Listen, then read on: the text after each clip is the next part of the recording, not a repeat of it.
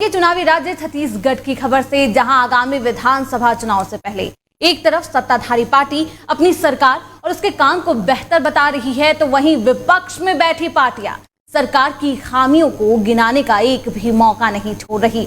BJP लगातार बघेल सरकार को बेरोजगारी, सड़क की खस्ता हालत पर घेरती नजर आ रही है। छत्तीसगढ़ में विधानसभा चुनाव चंद महीनों में है, लेकिन आरोपों का दौर शुरू हो चुका है।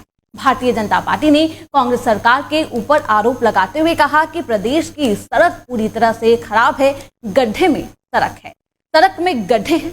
इन तमाम मुद्दों को लेकर कांग्रेस सरकार को घेरने में लगी हुई है बीजेपी, जो कि लगातार बघेल सरकार को कभी बेरोजगारी तो कभी सड़क के मुद्दों पर घेरती नजर आ रही है। छत्तीसगढ़ में चुनाव से पहले सड़क के हालात पर क्या कुछ कहना है कांग्रेस पार्टी और बीजेपी के नेताओं का, सुनिए। देखिए, भाजपा के नेता जो 15 साल तक सत्ता में थे, जो कमीशन खोरी और भ्रष्टाचार के आकंठ तक डूबे हुए थे, जिन्होंने सड़कें बनाया था, जिन्होंने पुलिया बनाया था, जिन्होंने बिल्डिंगें बनाई थी, वो सारे के सारे गुणवत्ताहीन थे। उस सारे गुणवत्ताहीन जो निर्माण कार्य है उसको सुधारने का मुख्यमंत्री भूपेश बघेल जी की सरकार कर रही है।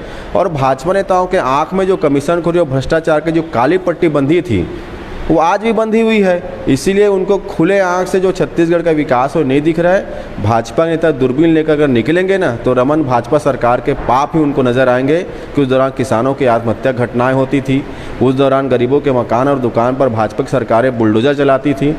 तेल नदी के पुल बताने का काम, जो विदेश के पुल है उसको तेल नदी का पुल बताया गया था। एक जिले में बने सड़कों को दूसरे जिले का सड़कें बताने का काम रमन सरकार के दौरान हुआ था।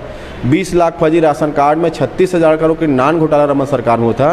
तो भाजपा के नेता दूरबीन में लेकर ढूंढेंगे ना, तो रमन सरकार की पाप दिखेगी। भूपेश सरकार के विकास खुले आंख से दिख रहा है। प्रदेश के किसान खुशहाल है, प्रदेश के युवा खुशहाल है, प्रदेश के माता बहनें खुशहाल है और प्रदेश चहुमुखी विकास की ओर आगे बढ़ रहा है। रायपुर नहीं, पूरे प्रदेश में जनता ये पूछ रही है कि सड़कों में गड्ढे हैं कि गड्ढों में सड़कें हैं। और कई बार इस विषय को भाजपा उठा चुकी है और एक बार तो अभिनय करते हुए माननीय मुख्यमंत्री जी ने कुछ लोगों को बर्खास्त करने की भी मांग की थी। लेकिन उसके बावजूद आज तक सड़कों का काम पूरा न होना इस बात को प्रमाणित करता है कि सरकार इस दिशा में गंभीर नहीं है। और तो और कई जानें भी खराब सड़कों की वजह से जा चुकी हैं।